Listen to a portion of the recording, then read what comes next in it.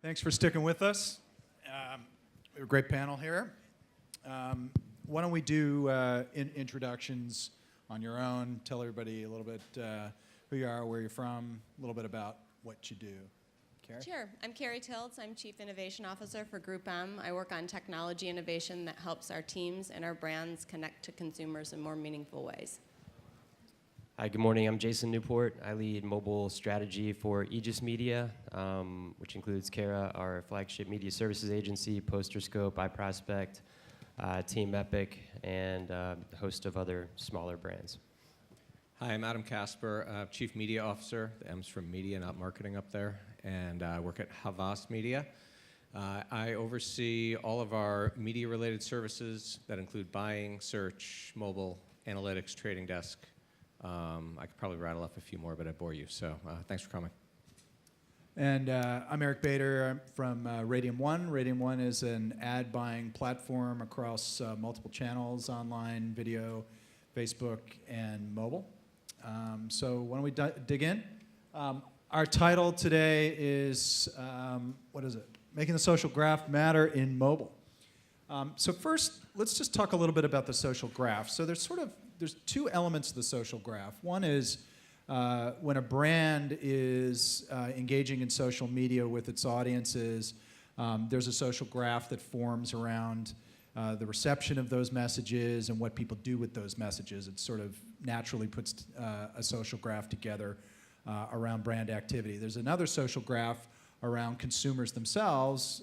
There's usually an influencer who then creates a graph around him or herself of people with whom they share, people they naturally interact with, people that they refer to for help with decisions and buying decisions and opinions and so forth. So there's a little bit, it's not a stratification, but there's just kind of two different elements of the social graph. So one thing I want to ask these guys is how active does a brand need to be in social media to take advantage of social graph advertising or marketing? Adam, can you start? I mean, technically, I think a brand can utilize a social graph without actually having a big presence. You know, they don't have to be huge users or content creators in Facebook or Twitter.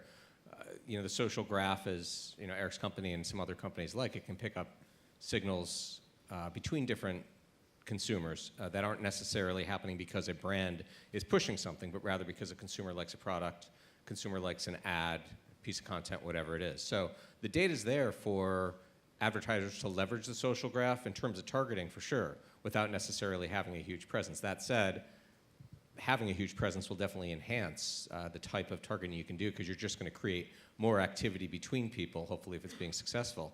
So that'll enhance the amount of data that you have to leverage within that So data even set. if it's a brand doesn't sort of naturally take to social media, if it's a brand that's not a huge engagement type of brand, like, you know, paper towels or household products, they can still take advantage of the social graph, but the presence of a lot of spending in social or a lot of activity isn't always the You probably won't get the necessity. same type of scale as if you have a you know, highly engaging brand in social. But there's definitely other things besides, you know, tweets and questions on Facebook that a brand can engage in that can become social, like paper towels. Maybe it's coupons that friends pass along to each other, that kind of thing. Mm-hmm.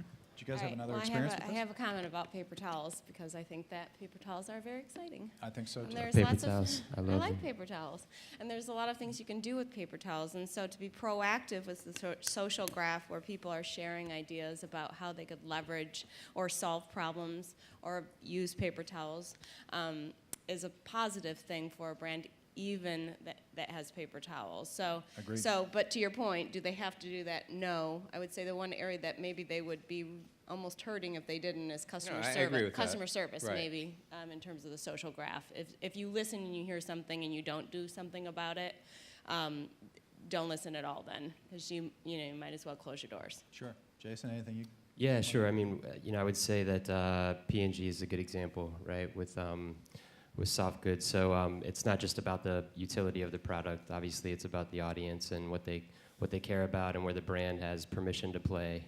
So look, if we're out there every day doing instructables about what can be done with paper towels, maybe, you know, and how absorbent they are, you know, that might fatigue fairly quickly. But Look, social, probably more so than any other category, you have the opportunity to actually have a two-way conversation with consumers, right? And to not just push messages out there.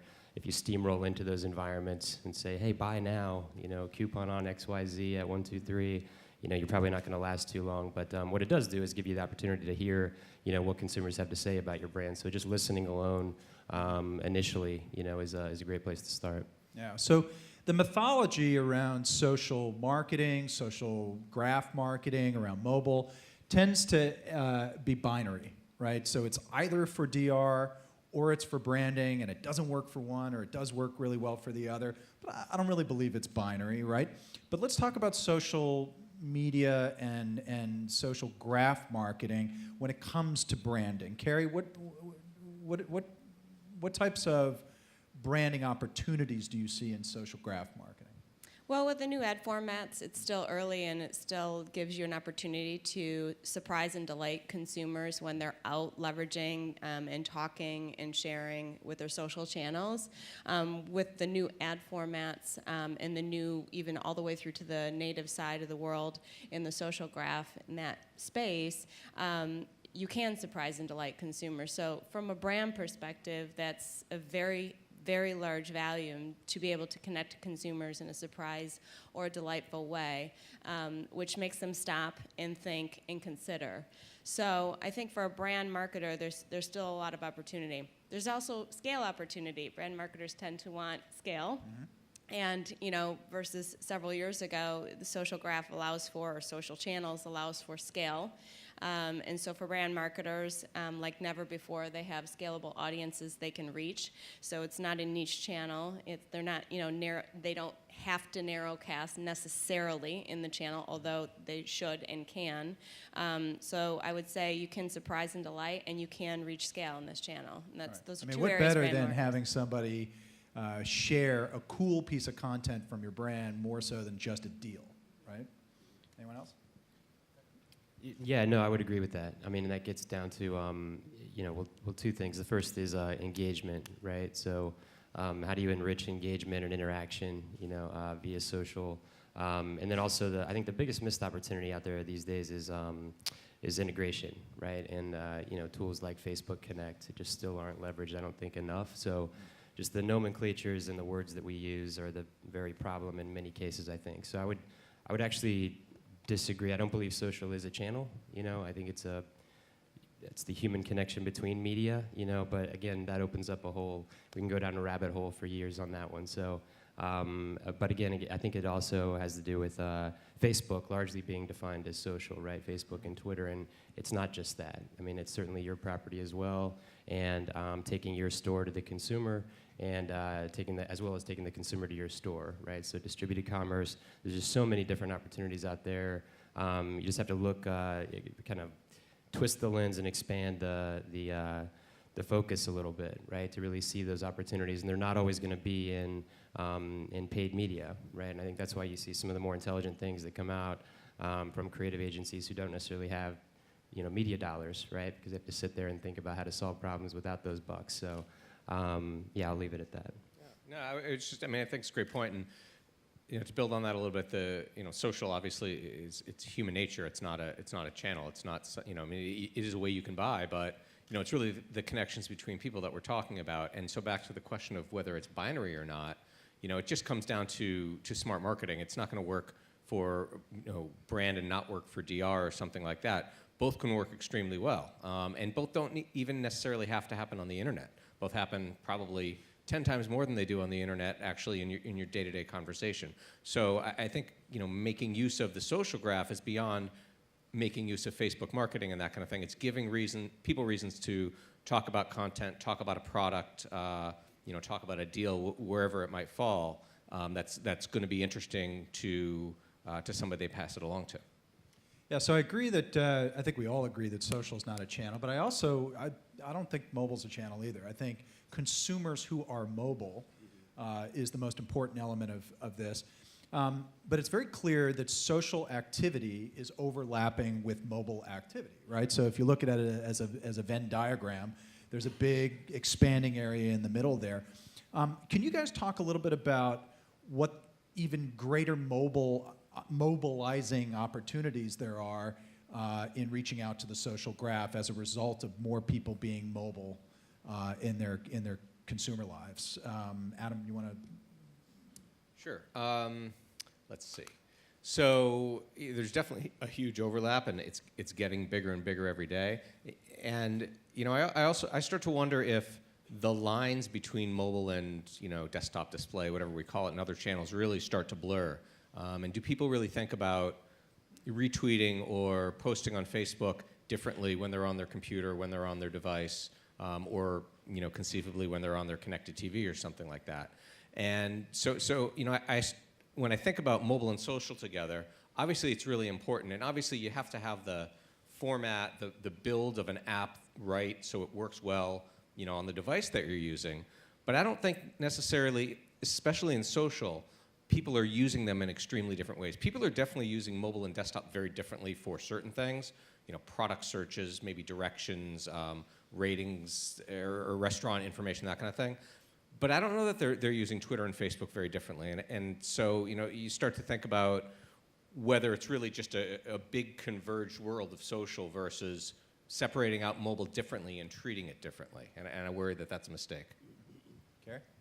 I actually think it's really important at this point to separate out mobile, technically speaking, because in the systems that we're using to take a look at insights and also activation in the socially amplified channels within our world, things like Facebook, Twitter, LinkedIn, et cetera, we are seeing differences in consumer behavior and activity and engagement when you separate out mobile, and further, we're seeing differences in activity when you separate out operating systems, and if you have the ability to derive screen sizes. So I think that separating out mobile from a tactician perspective is pretty important, but also I think that there's one, to answer your question, mobile brings something unique to the table that is specifically around the triangulation of the device that you're near and you're enabling with whatever your fingerprint is, no pun intended, with the new operating system.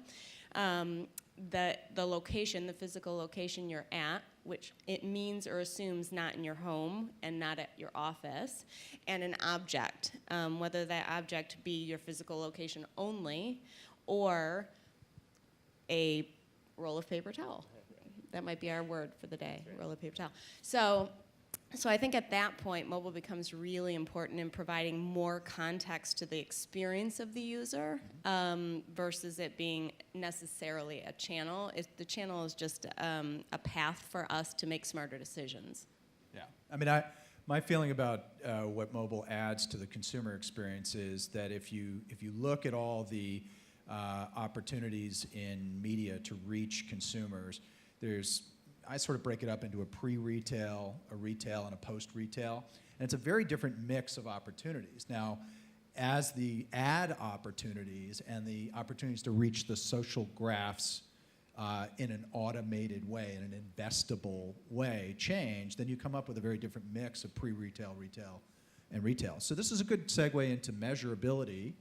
Let's just talk about measurements and sort of what we're doing in the social graph as well. Are we still advising clients to collect likes?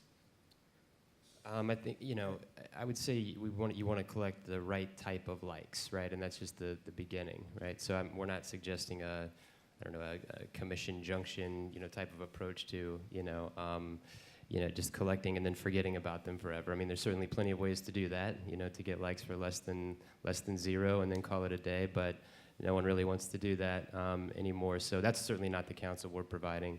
I think it's more about what is that life cycle, right? Once you get a consumer to like your brand. We do know certain things, right? And when it shows up in syndicated research, it can be fairly misleading. Like, someone who likes your brand is, 10 times more likely to make a purchase or something along those lines. But that is incredibly misleading, right? So you really have to understand the intent behind that and the acquisition, piece and how that person was acquired. But again, I think it goes back to then how you manage that individual uniquely, right? And message to them and pay attention to them and reward them regardless of where they are. So thinking about time and place, in context, right? Those are all good examples of the values of mobile, right? The unique attributes, and the last panelist, I think, was referring to that, right? So mobile's expected to, I think, solve all the world's problems in a day, just because it's possible. But, at the end of the day, it's back to, again, engagement, right?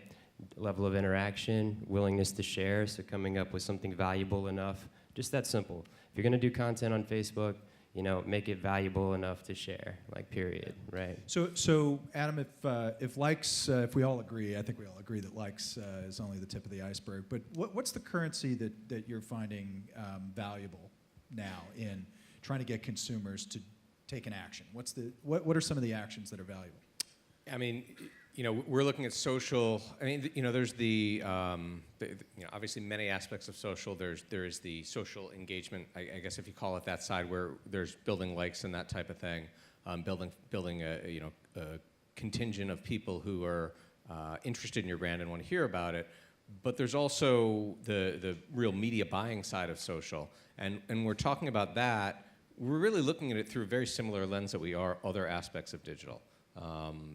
Whether it's display or video or whatever it is, whatever the format is, we're looking at mobile social in a way where we're evaluating social graph marketing against other types of targeting, and to an extent, it starts to become another way to target. It may work or it may not work. I've seen examples where it works extremely well, best performer on the plan. Other ones where might kind of fall in the middle. So it kind of comes down to back to the KPI question and back to what we're actually measuring. The success of social targeting, we're finding it makes a lot of sense to look at it within the same scope of all your media, because ultimately it's $1 you're investing that you're trying to evaluate against $1 you're investing somewhere else. So that piece can really be looked at as the same. But then when you're talking about growing, followers and that type of thing, the currency is a lot different. And as we're talking about, it's really comes down to the message that you're telling in that environment and what you're doing with that group of people. Yeah. So you're all agency people. Clients have to feel confident in what you're asking them to invest in. What are some of the ways that you can influence clients to understand the value of social graph marketing when it's not that easily measurable and not everybody measures it the same way? What are some of the ways that you can influence a client to appreciate and understand social graph marketing? I actually think social graph marketing is very measurable. So at least with our clients who are using the proper technologies and infrastructures that we recommend. I would say if I were sitting on stage a year ago March, that world would be very different.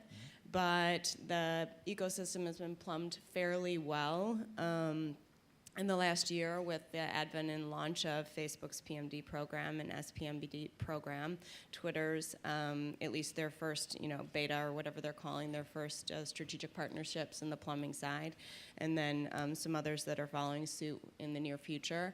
I think the plumbing is getting tighter, and with the advent of using consistent technologies and measurement techniques, in addition to all the things that were mentioned here, in addition to paralleling the desktop world, I think there's some incremental measurability that we're allowed to see in social that we actually don't necessarily always look at a very easily plug-inable way, if that's a word. Things like keyword trending, velocity of organic, so that we can amplify. So there's a lot more metrics that we're starting to rely on pretty heavily in a almost a programmatic way, but in a non-programmatic world. And so that's the big shift, I think we're doing with our clients to get them to not only do the basics faster and better, but also to leapfrog forward. And so I think it's a really exciting time and incredibly measurable if you do it properly and consistently. Jason? Yeah, no, I would agree. I mean, I think that a lot of this in years past has been fairly whimsical, right? So a great new property comes along and they have an ad product, so let's give it a shot.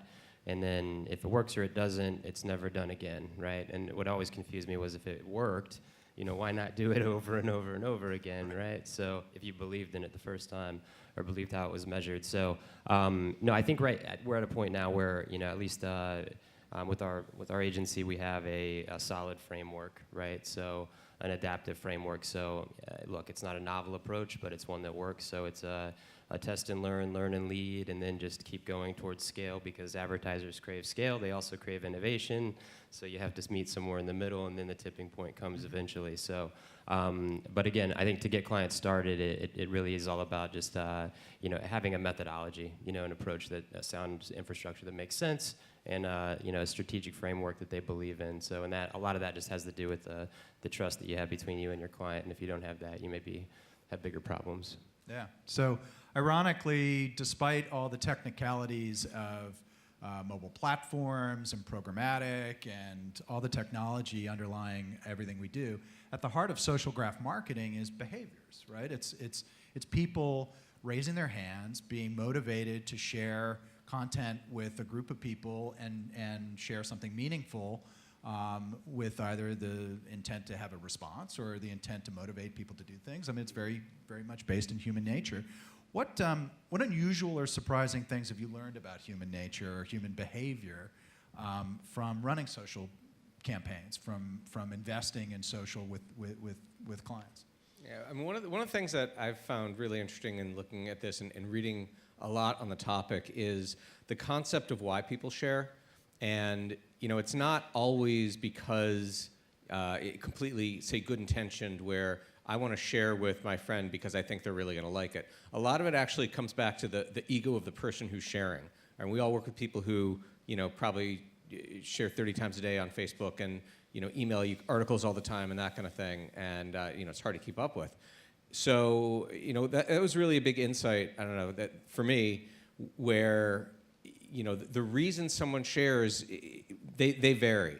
And question about how we can actually tap into those who are sharing because something's really going to be relevant to the person they're sharing with, or those who are sharing just to kind of make themselves feel better about something. So I don't know, that's just an insight that I thought was incredibly interesting as to why people are doing it. That's cool. Jason, anything to add? Yeah, no, I would agree completely. I think looking at the motivations of people, and it's fairly transparent these days, right? The spam that's out there, and what is the motivation, and that is all about reciprocation, right? No one comments on anything that I post because I don't care to comment on anything that they post, to be quite honest with you. But if I do, I guarantee you that the comments on my post will skyrocket, right? So. The other one that was interesting to me was just the voyeurism, right? So that passive engagement, if you will. So you see some of the longer session times, especially if it's something like a social game or a contest or whatever it might be that may offer a participatory element. You have a lot of people there that are just there to watch, right? And sort of whether it's a train wreck or something really positive doesn't really matter, but there's plenty of people out there just watching. Yeah. So. Interestingly, we're living in an interesting time where even television, a mass traditional media, is not binary compared to social and mobile. As we know, it's kind of a golden age of television right now, at least for creative, if not for audience size. What do you think of the opportunities to match social graph marketing with television viewership? It's obviously there's a ground up movement from consumers to do it on their own. How can you kind of harness that for a client? Well, I'll talk on the plumbing side, and then they can talk on the strategic planning side. Clearly, Twitter has the scale to do this first, and they've offered up the technology in their strategic partner ecosystem to be able to leverage that. So that allows for brand marketers to do it in a more efficient way, meaning not to drain the resources of teams to be program managers, but rather to be strategists, which is good. And so it's early days, but at least we're allowed to take advantage of that from Twitter. But they're not the only game in town. And so I think we have an opportunity to invite many of the other technologies that are second screen technologies to perhaps come to the table and get on board in terms of the ecosystem that allows our teams to be able to take advantage of those things at speed. So that's kind of a call out to do more in that case. And then the other side of it, which is a little more time-consuming, but probably is more fantastic, is taking example of that additional content that you can create to extend the TV viewing capabilities. And for a while, that'll continue to be custom, but also fantastic. And so I think those two big opportunities for sure are gonna help, at least from a plumbing perspective. Anybody else feel strongly? I mean, to me, looking at how people are interacting through social channels as it relates to TV is, it's the next way of evaluating the success and the viewership, the value of viewership of TV programs. And, moving from something that's pretty linear, straightforward, right, just a count of how many people are watching a show, to adding some dimension to it in terms of how influential people, a certain program might be, or how influential people are who watch a certain program, and starting to understand really, sort of the granularity under what a certain program offers. Live sports, for instance, might be the very best place to advertise a certain thing because it's so immediate, while as something that's DVR'd might be perfectly fine to advertise something else. And in looking at the groups of people who are watching a show, and its influence is really the next step in understanding the relationship between social and television. That's cool. Question? Does anybody have a question for this phenomenal panel? What, you've been here all morning, you had coffee, and now you get shy on me? Nobody has a question? All right, well, I have a question. For each of you, what is something that we wouldn't know about you that you feel that has added to your career up to this point? I know that's an open-ended question, but what pops into your mind that, something about it, what we don't know about you that you think has People are added to your exiting career? the building is. This is not the time to exit. This is a pivotal moment here. I'll jump in. I sat on Google's first advisory board a long time ago, and that was when no one knew search. And I feel strongly that having search as a foundation in my earlier career helped me understand how everything was connecting and connected. And also helped me understand how hard it was to explain a really simple topic to at least I thought was simple topic, to an already developed ecosystem, which is why I do what I do now, because it was a long road to get CMOs and CEOs to understand how to invest in search. I would say the same thing now is true for any of the emerging platforms, is how to thoughtfully approach the whatever the fantastic idea it is, and but also have an understanding of the reality and the responsibility of what's already developed in the existing channels that are already reaching those consumers in very meaningful and scalable ways. And so that probably was the pivotal moment in my career that taught me how to navigate any emerging channel. I can go. Yeah. So I know a few people in this room already know this about me, but I'm sure 99% of you don't. I started my career before I got into advertising as a chef at a big steak restaurant. You could teach me to cook, trust me. I absolutely. Trust me, I don't even know how to boil water. And it actually was an invaluable experience, besides teaching me actually how to cook, which is something I've retained and which is great. It actually taught me how to manage multiple things at the same time that you have to do in a very intense environment, which, is actually somewhat similar to what we all do today. Is you get things coming at you from all over the place, and really trying to juggle it all, prioritize, and identify what needs to get done first, and is important. The advantage to advertising is I don't come home with burns and cuts on my hands every night. I'll go really quickly. Eric's about to cut me off. We don't have time for your personal story. No, I would say I've been really fortunate in my career to have some great mentors, and the ability to continue to be aware of people, places, and things, and not lose my ability to discover and think like a child. I mean, some of that had to do with the birth of my daughter, when she started asking why of me, quite a bit more. it forced me to ask myself why, right? So I'm not necessarily a subscriber to social conventions, as you may or may not know.